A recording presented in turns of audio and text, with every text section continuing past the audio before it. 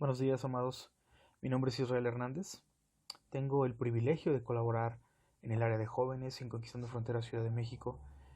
Y hoy tengo el honor, junto a ustedes, de que meditemos juntos en su lección número 5 de su nivel 7 de discipulado, liderazgo espiritual. Y la lección lleva por título, las características de el líder desde la perspectiva de Pablo. Y quiero que comencemos por abordar el objetivo de nuestra clase, que tengamos muy presente el objetivo de nuestra clase. Y mientras te comento esto, quizá para muchos estarán pensando, pues yo a la verdad no soy líder de nada, o no tengo un cargo de autoridad, de liderazgo, y para ser honesto, ni siquiera lo había pensado. Pero déjame decirte que una vez que en su gracia el Señor Jesucristo nos constituyó hijos suyos y discípulos de su gracia, eh, recibimos una gran encomienda, una honorable encomienda. Y eso es que el Señor dijo que nosotros, sus discípulos, seríamos luz y sal a un mundo al que somos enviados. Y esto quiere decir que de forma directa o indirecta, todos somos de influencia a este mundo. ¿Sí?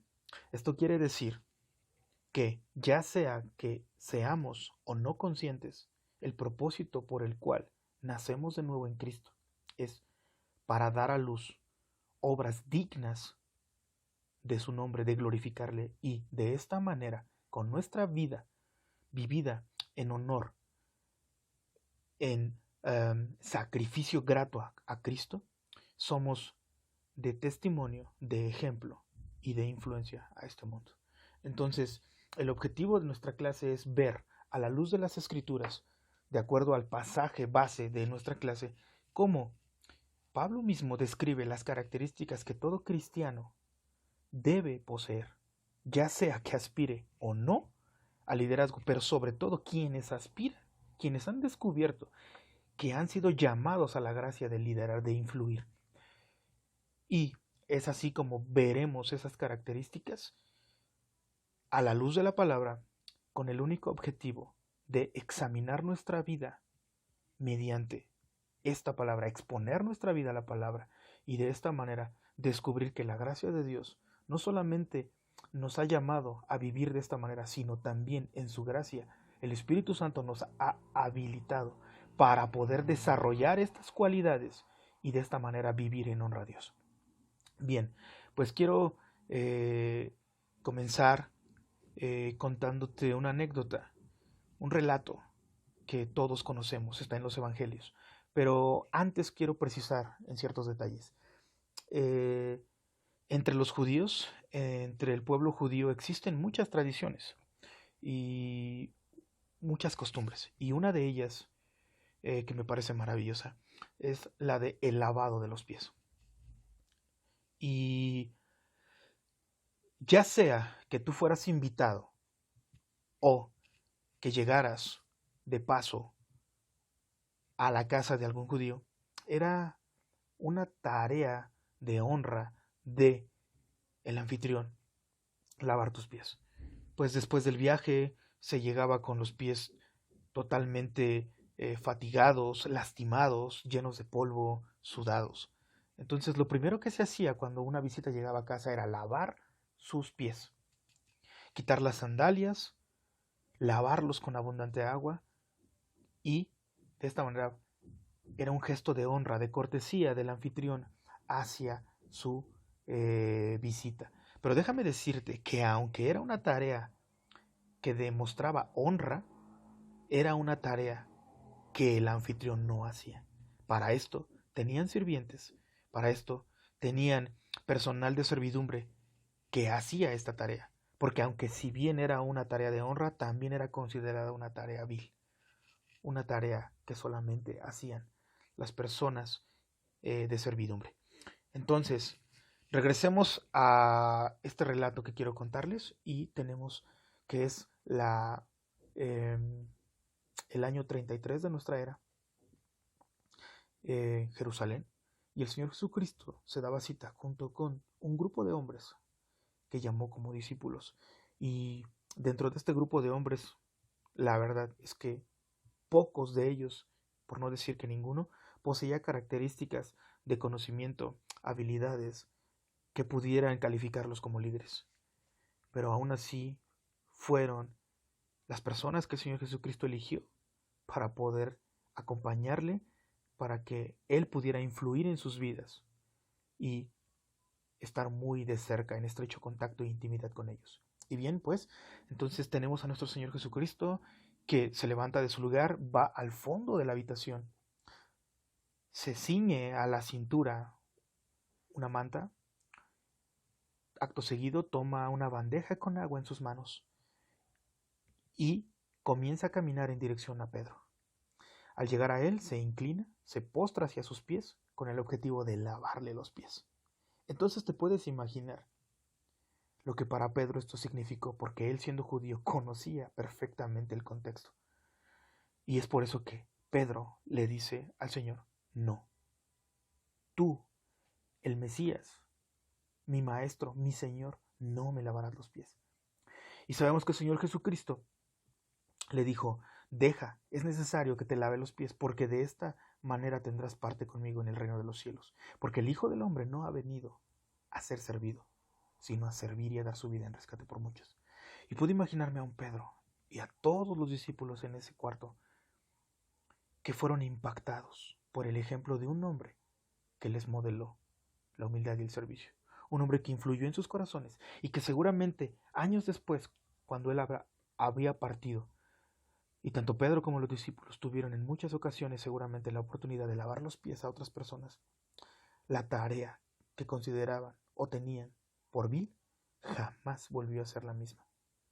Y es así como vemos la importancia de nuestras acciones, cómo nuestras acciones son determinantes a la hora de influir en las personas, porque el liderazgo tiene por objetivo esto: influir en el corazón de las personas. Y bien, el texto que se ha tomado como base para esta clase, Pablo describe, ya lo hemos mencionado, una serie de características que para el objetivo de tu clase se han clasificado, se han apartado en cuatro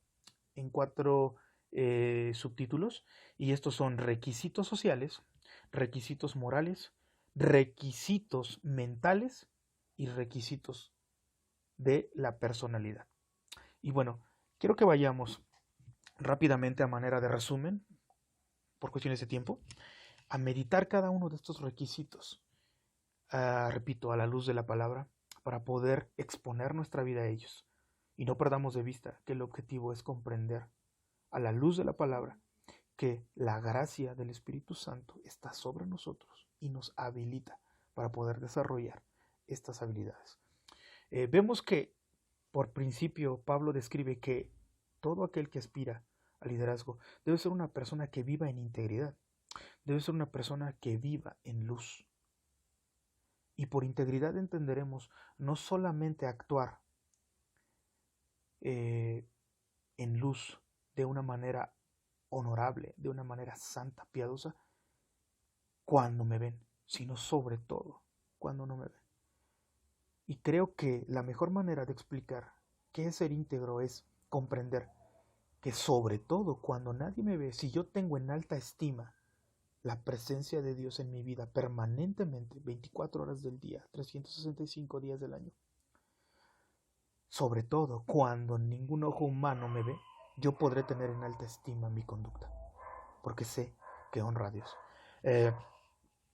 Debe ser una persona de buena reputación dentro de la iglesia y sobre todo fuera de la iglesia. Proverbios 27:2 dice que no te alabes tú mismo ni tus propios labios, sino que sea la boca de un extraño.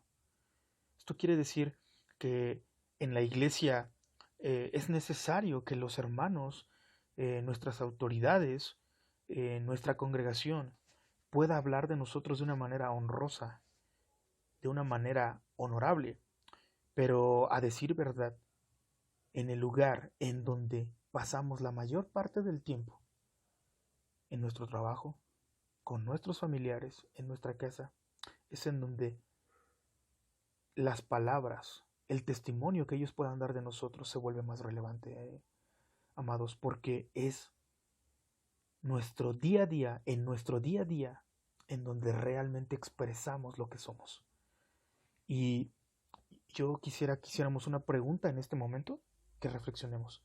Si le preguntáramos a alguien en la iglesia, pero sobre todo a algún compañero de trabajo o a algún familiar, para quienes están casados, a sus esposas, y hagamos este ejercicio, pienso que hablarían de mí de una manera honorable, honrosa. ¿Sería eso cierto? Y creo que esto nos puede ayudar mucho a empezar a examinar nuestra vida conforme a la palabra. Continuamos. El punto número 2 habla de requisitos morales. Y es muy importante porque aquí habla específicamente de los casados y dice que deben vivir en fidelidad, debe ser fiel a una sola esposa. Debe vivir en humildad, debe vivir en sujeción, muy importante.